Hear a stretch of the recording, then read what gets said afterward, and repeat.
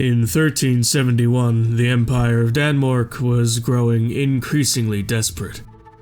Among the first of Europe's new empires, firmly establishing itself in the 10th century, it had since remained a regional power that had tried and failed time and time again to be something more, struck down in every ambitious encounter they found themselves in. Now, Denmark was rotting on the vine. Agricultural, metallurgical, and nautical innovations ceased around this time, while architectural, philosophical, and artistic advancements began to decay, and threatened to totally reverse if a change of course wasn't pursued. Plows broke in their double-planted fields due to poor craftsmanship, spearheads rusted, and swords drove men mad due to impurities in the metal. Ship sails were sewn uneven, sending ships in circles. Castle walls began to crumble as the knowledge to maintain them disappeared.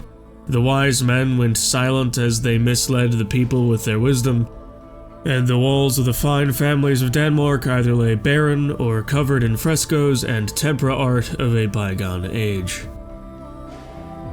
The empire was dying of a thirst for power, and the way that Denmark needed to function meant that this state of affairs was unacceptable and even lethal to the crown of Denmark itself.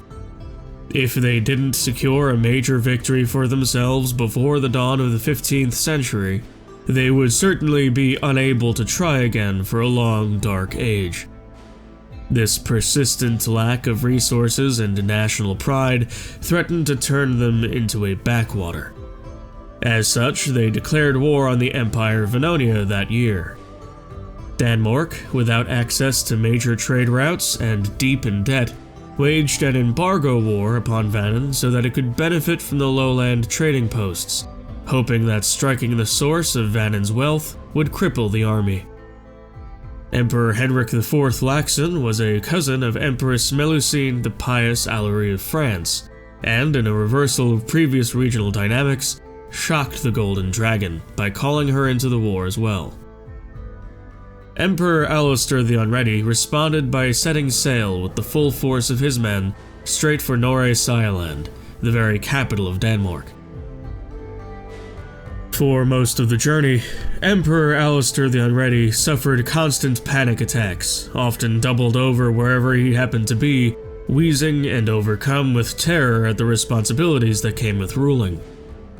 Once he saw land, he ordered the boats to simply crash ashore, while those carrying the difficult and unwieldy siege engines would land gingerly elsewhere. This strategy was successful, and while the armies were laying waste to the provinces on their capital island, the Danes marched an army of 74,000 brutes south to meet the force of 80,000 Vannonian knights. The forces of the dragon marched east to meet them in combat first, not giving them any peace. During the Battle of Skane Bridge, which bottlenecked the worst of the fighting and ensured bloody, gridlocked combat, Emperor Alistair the Unready met Emperor Henrik IV in single combat, and after hours of high-pitched but decidedly clumsy and artless combat, ran him through with his blade. Alistair had to be carried off the battlefield as a result. He was indeed uninjured. This was simply not in his nature. Rather, it was in the nature of his late wife, who he constantly mourned. The enemy was greatly demoralized, and filed off Skane Bridge in a panic, retreating west to meet with 25,000 more men, who were until then heading east to reclaim some of their occupied territories. The retreating force was just barely able to slip by, while the reinforcements were caught and decimated in under an hour. In 1372, Emperor Halfdan Laxon of Denmark was defeated, and he was made to pay 1,112 ducats to Vannin. This sent what was left of their economy tumbling down into disarray, a financial chaos from which they would not properly recover for decades, if not centuries. One interesting consequence of this was that their emperor, Halfdan, penned an official decree welcoming the Jews into Denmark, a decision he made based on several considerations. Chief among them was economic. Having heard of their powers of finance and access to secret trade networks, though he also felt he needed fresh blood unaffected by decades of intellectual stagnation in order to pull them back from the brink. While tens of thousands of Jews fled to Denmark, including many from Vannonia, time would tell if this gamble would in fact work. Meanwhile, in the east, Timur the Conqueror, once such a terrifying prospect of a man, died of poor health, and his meager titles were passed off to a stranger. In 1378, Pope Colastanus IV declared the 11th Crusade upon the Maghreb in order to cleanse it of heresy amongst the Christian settlers there who strayed from Rome in their distance from it. In 1379, that crusade was successful, making it the shortest crusade yet. In 1385, High Prince Alistair, oldest son of the Emperor, became impatient of waiting for a bride and so married a woman without his father's knowledge. When news of this reached Alistair the Unready, he thought about what a proper brave king would do, as he knew in his deepest heart that he was not one.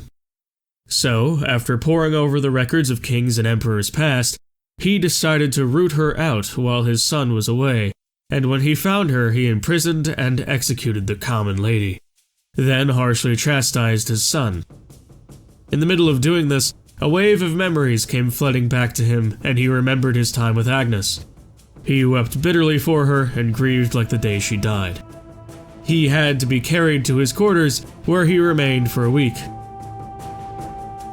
Alistair the Unready realized his grave mistake and set out to find his son a bride whom he could love like he loved Agnes. He found Martina, a healthy, ingenious girl from the other side of Europe who could make his son the best man he could be. After this, he himself became a new man yet again, putting down his anger that had overcorrected for his lazy hedonism and enjoyed what life had to offer him, in moderation this time.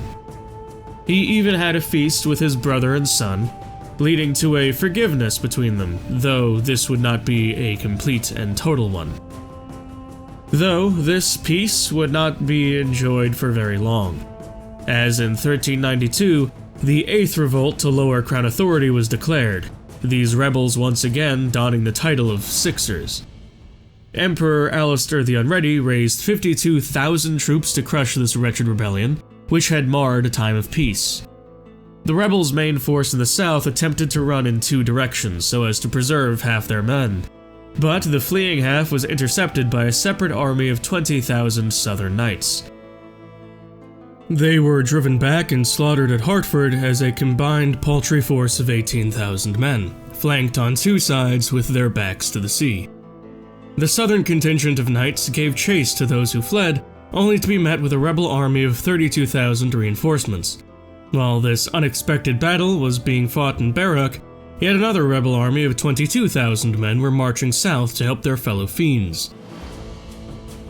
The battle was hard won, but the 2 armies of honorable Vannonian warriors joined ranks and marched north to meet the rebel reinforcements. By the time they reached them, the 20,000 men had become 42,000, and were ready to almost match the 59,000 of Vannonia's finest knights, whom the emperor led personally.